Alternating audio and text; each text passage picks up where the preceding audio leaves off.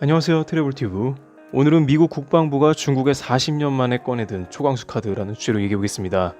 미국이 무역 분쟁의 다음 카드를 꺼내기 시작한 듯 미국이 40년간 중국에 지켜온 원칙을 흔들어버리는 강력한 카드를 꺼내들었습니다. 많은 전문가들은 이것이야말로 미국의 무서운 점 중 하나라면서 본격적으로 미국이 대중관계에 대한 속내를 하나둘씩 드러내고 있는 정황이라고 얘기하고 있습니다. 일각에서는 미국은 외교 문제 시에 처음엔 원칙을 고수하며 부드럽게 나가다가 잘 통하지 않기 시작하면 점점 가차없이 쳐내려가는데, 특히 국방부 공식 문서에서 언급된 이야기는 중국에서 항상 첨예하게 다루는 부분인 하나의 중국에 관한 원칙을 미국이 부정한 것으로 돌이킬 수 없는 패를 던진 게 아니냐는 이야기도 나옵니다.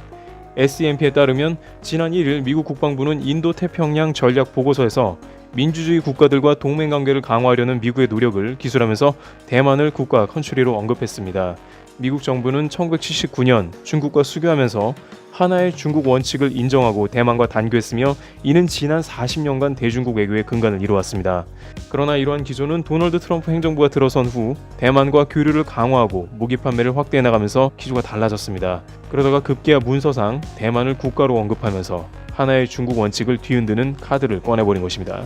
미국 관료가 실수로 대만을 국가로 언급한 적은 있었지만 이번처럼 미리 준비된 문서에서 대만을 국가로 언급한 적은 없었습니다. 아직 중국의 공식적인 반응은 나오지 않았지만 중국은 그것이 국가가 아닌 사기업이더라도 거래를 끊어버리겠다고 강력하게 나온 전례가 많습니다.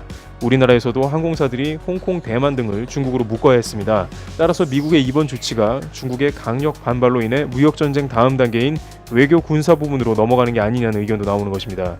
셰노엔 국방장관 대행이 보고서에 기술한 중국 공산당에 대한 비판적 문구가 불에 기름을 붓고 있는데요.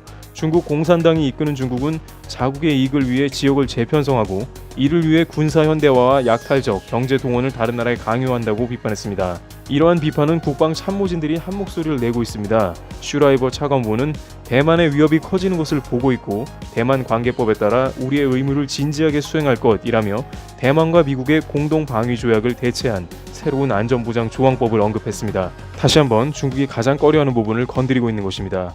중국은 항상 대만을 국가로 인정하는 세계 어떤 나라나 기업, 단체와도 절대 관계를 맺지 않는다는 원칙을 고수하고 있습니다. 그러나 미국은 1979년 이후 처음으로 볼턴 보좌관과 대만의 안보수장인 이다웨이 비서장이 회동하고 미국의 전략 물자를 투입하기로 하는 등 중국과 정상적인 국교 관계인 상태로 볼 수 없는 일이 진행된 것입니다. 일각에서는 중국도 미국에 대항해서 끝까지 가겠다는 모습이 나오고 있기 때문에 트럼프와 시진핑의 극적인 타결 없이는 이러한 양국의 대치는 거의 풀릴 가능성이 없다고 판단하고 있으며, 특히 이 가운데 가장 큰 경제적 타격을 받는 국가라는 한국에서는 외교와 경제 분야 등 모든 관련 분야에서 비상 대책을 세워 반드시 대비해야 한다는 지적이 이어지고 있습니다. 트래블튜브 여기서 마치겠습니다. 감사합니다.